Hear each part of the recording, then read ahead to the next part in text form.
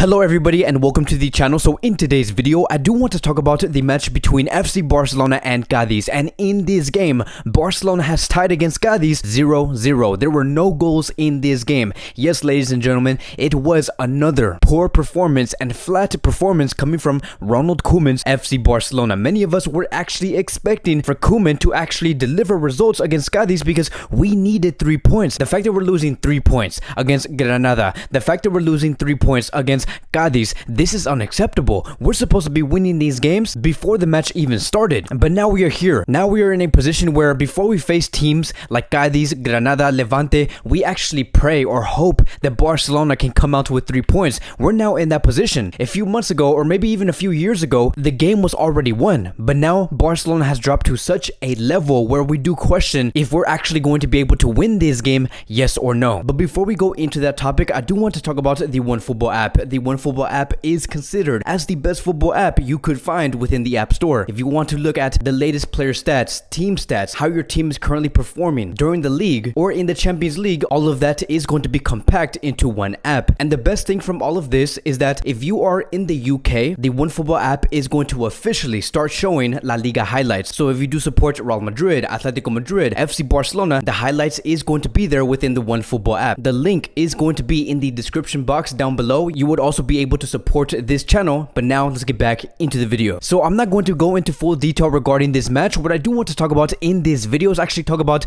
the 7 things that we have learned in this game, because there are a few points that we have to speak on. And moving on to point number 1, Barcelona's possession with Koeman, it means nothing, because in that first half, Barcelona was flat. Every time they tried to pass vertically, the ball was just too slow. They were having no effect, and Cadiz had no problem on trying to block Barcelona in their own half. This is exactly what Cadiz did want. It was for Barcelona to progress the ball slowly into their own half, only for Cadiz to receive the ball and then attack and counterattack FC Barcelona, because they knew that this Barcelona squad cannot commit to defending, and especially a counterattack. And so while yes, it's true that Barcelona had possession, they had the majority of the possession, the shot opportunities were very weak. The crosses that Barcelona were attempting meant absolutely nothing. They were not going to go anywhere with those type of crosses. And what makes it even worse is that Barcelona is not a team that crosses, and Ronald Koeman's Barcelona continues to do so on the field. I have no idea why. The fact that we saw Mingueza try to execute some crosses into the box, Barcelona was not going to get nowhere. It does not matter if Luke de Jong is there or not.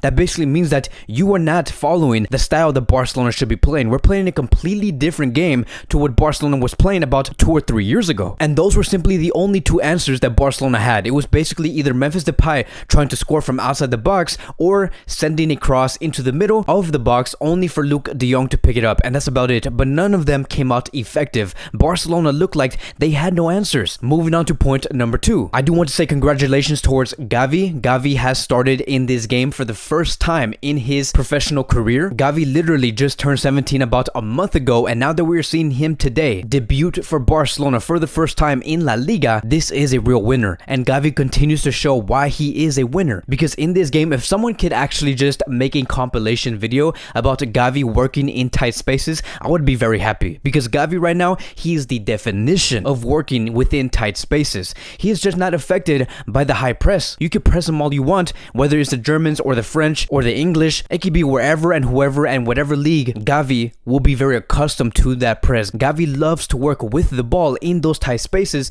that he is given. He has also shown to be a player that can move the ball quickly. When Barcelona do want to attack, you can really see that there is energy in the midfield when Gavi is on the field. And I love the fact that we get to see that Gavi actually wants to be the only player that wants to move the ball and play the ball at a very fast pace. This is exactly what we do need in a midfield of Barcelona. And let me tell you guys, football is heading towards a very different direction as we continue to progress over the years. Football is going to be a game where it is going to be harder and harder to find spaces in order for you to attack with the ball. The spaces that you're going to be given are also going to be closed down much quicker, and the pressing strategies are only going to get smarter and very difficult to work against. Gavi is suited for situations like this. He is suited for this modern day football. I just feel like Gavi is inviting the future of football towards his game. Like, he wants this to happen because he enjoys it so much, and you can really see that on the field. Then moving on to point number 3, Memphis Depay right now, he is not in his best. He is not 100% on his form. What's very interesting about this whole thing is that ever since Griezmann actually left Barcelona, right, his departure departure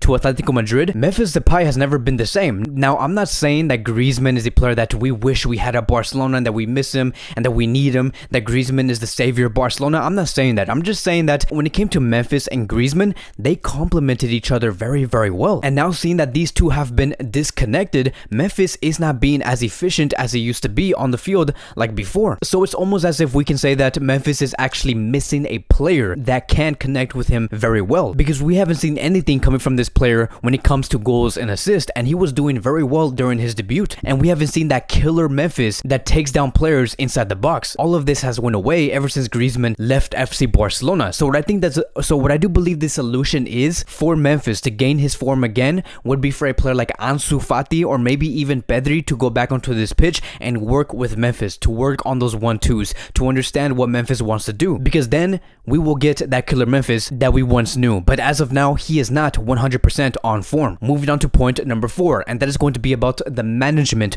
of Ronald Koeman. Let me tell you guys something. In the first half, Barcelona only had 1 shot on target. Listen to what I'm saying here. This squad had 1 shot on target in the first half. So one thing was very clear, and many of us were agreeing on social media. We lacked creating real goal-scoring chances. Like real goal-scoring chances where it led towards us having a big chance on actually scoring and making it 1-0, 2-0, 3-0. And many of us were hoping, okay, fine, we're going to go into this second half, we're in this 15-minute break, let's try and find a player that can create for us in order for us to bring in real goal-scoring opportunities. And a player like Riqui Puig actually came into mind. But what we end up finding out in the beginning of the second half was that Ronald Koeman decided to place Sergi Roberto in this game and take away a player like Yusuf Demir. Now, what is that? Why would you take out a player like Yusuf Demir, who was doing so well in the first half and the only one that was attacking for the team on a 1v1, only for you to replace that player for a player like Sergi Roberto? Because when Sergi Roberto came into the game and started the second half, we had a midfield that consisted of 4 players, which is Gavi on the left wing, De Jong and Busquets in the middle, and Sergi Roberto on the right wing. The 2 players that were on top was Luke De Jong and Memphis Depay. And I have no idea why we had to execute a midfield like this. Like, that was not going to work.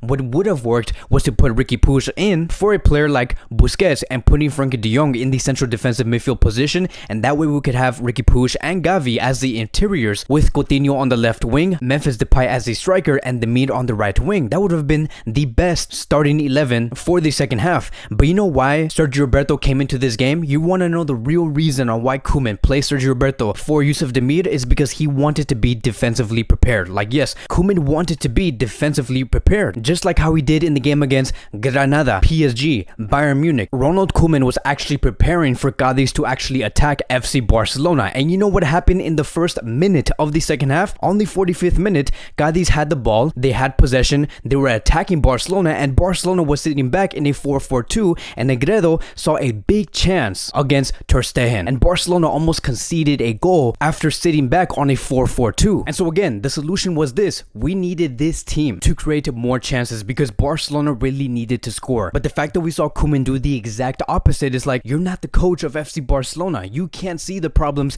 that many of us are actually seeing. Moving on to point number 5. I also do want to shout out Ronald Araujo. Ronald Araujo is a beast. He continues to show why he is one of the best center backs in the world. Like, if you guys are having conversations about Araujo being one of the best center backs in the world in about 3 to 4 years, I honestly think that Araujo right now, he is one of the best center backs in the world. And so besides Gavi, Araujo is one of the lights of this FC Barcelona team. There were so many times where we saw Cadiz try to attempt a 1v1 during a counterattack, but they all failed, and that is because Araujo was not going to let anyone pass in this game. Araujo was a brick wall. If you were to look at the final stats of this player against Cadiz, he had a total of 6 duels won, and he lost a total of 0. He also displayed 8 recoveries in this game against Cadiz, and I honestly think that if Araujo did not play in this game, Barcelona would have failed. Barcelona probably would have conceded a goal against Cadiz and would have lost the game against Granada. But Araujo is here, and Araujo is a player that Barcelona do value and will be valuing even more within the coming years. And now I do want to move on towards the last point, and that is about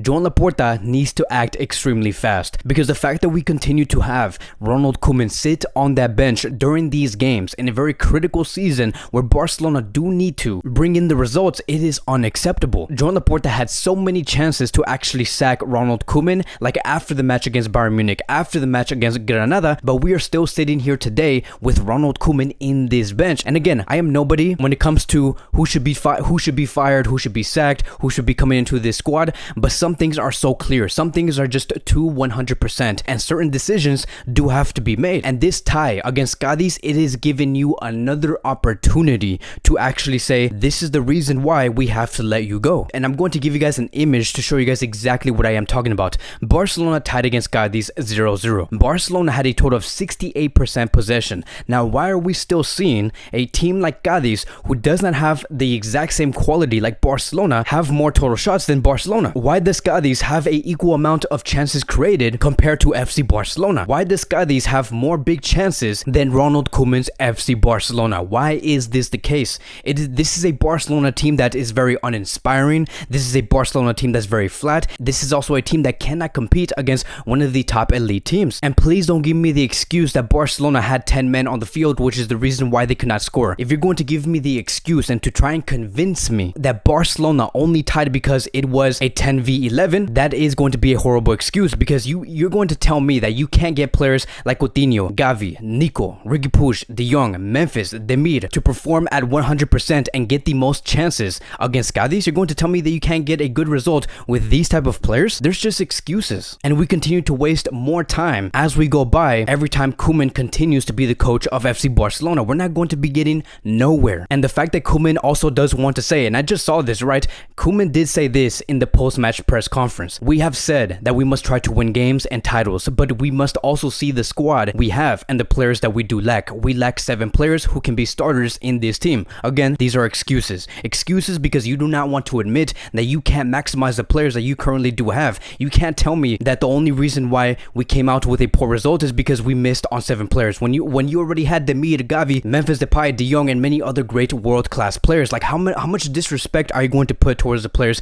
that you do have available? Like how much disrespect are you really going to be putting on towards this Barcelona badge? And that is it, right? I can't really say nothing more. This is basically the Barcelona that we are at the moment. Can this Barcelona squad be changed within the next 2 months? It could greatly happen. There's been so many cases on how certain clubs can completely change their season around. It is possible, my friends, but the first step in order to do so, it does start within the managerial role. But that is going to be wrapping up today's Barcelona post-match review. Thank you guys so much for watching. If you guys are new here, welcome to the channel. Please like, subscribe, comment, and I will see you guys in the next video.